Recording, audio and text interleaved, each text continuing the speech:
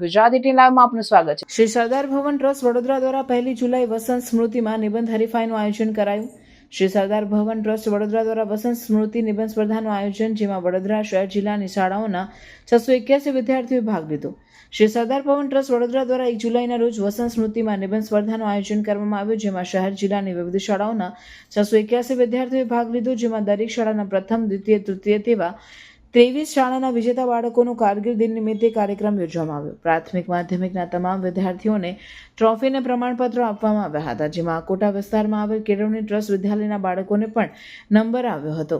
મુખ્ય મહેમાનોના હસ્તે બાળકોને ટ્રોફી અને પ્રમાણપત્ર આપવામાં આવ્યું, જ્યારે શ્રી સરદાર ભવન ટ્રસ્ટના પ્રમુખ અનુજ પટેલ, ટ્રસ્ટી યુનુસ ખાન પઠાણ, વિપિનભાઈ પટેલ હાજર રહ્યા। કારગિલની લડાઈ લડી ચૂકેલા એર વેટરન સંગીત કુમાર ઝા, નવીનભાઈ માજી, સૈનિક અને પંચમ દાસ કોર્ડન લીડર હાજર રહ્યા હતા, જેનું સંચાલન પ્રજ્ઞાબેન પરમાર પ્રોગ્રામ મેનેજરે કર્યું હતું। આજે સરદાર ભવન ખાતે વસંત રજબની સ્મૃતિમાં જે એસે કોમ્પિટિશન રાખવામાં આવ્યું છે, એમાં લગભગ 31 સ્કૂલોએ ભાગ લીધો અને એના જે વિદ્યાર્થીઓ જેને ફર્સ્ટ, સેકન્ડ, થર્ડ પ્રાઇઝ અને પાર્ટિસિપેશનના સર્ટિફિકેટ આપવાનો આજે ઇનામ વિતરણ કાર્યક્રમ છે।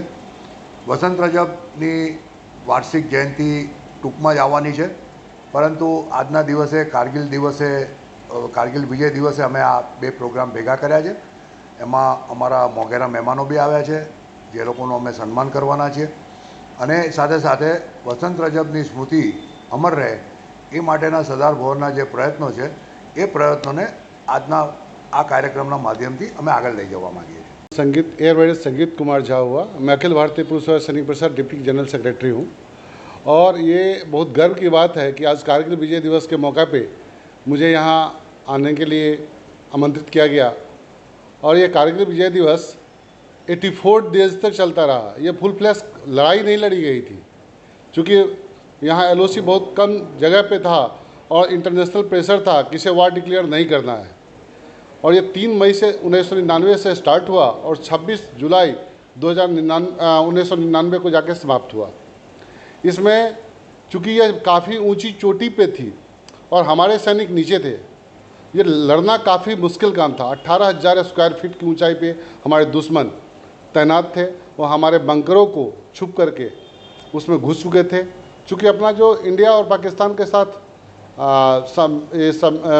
सहयोग से ऐसा निष्कर्ष निकाला गया था कि जब चूँकि यहाँ -40 डिग्री तक टेम्परेचर आ जाती है, तो हम लोग ठंड के मौसम में दोनों अपने देश में चले जाएंगे जहाँ सुरक्षित जगह है, और फिर गर्मी के मौसम में जब मौसम सही होगा तो हम लोग ऊपर आएंगे। लेकिन जब अपने भारतीय सैनिक नीचे आ चुके थे, उस समय पाकिस्तानी ने उसने टेररिस्ट का रूप धारण करके सैनिकों के रूप में नहीं आया और अपने बंकरों में घुस गए, और वहाँ वो चुपके आस्ते आस्ते अपनी पूरी तैयारी कर लिया। जैसे अपने स्नो बोट्स, लड़ाई की सामग्रियाँ, जितने एम्बुलेंस है वो सब एम्युनिशंस वगैरह इकट्ठा कर लिया।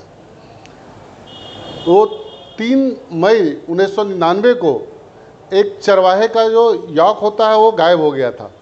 वो जब ढूंढने के लिए निकला तो उसने आके हमारे सैनिकों को बताया कि यहाँ तो टेररिस्ट घूम रहे हैं।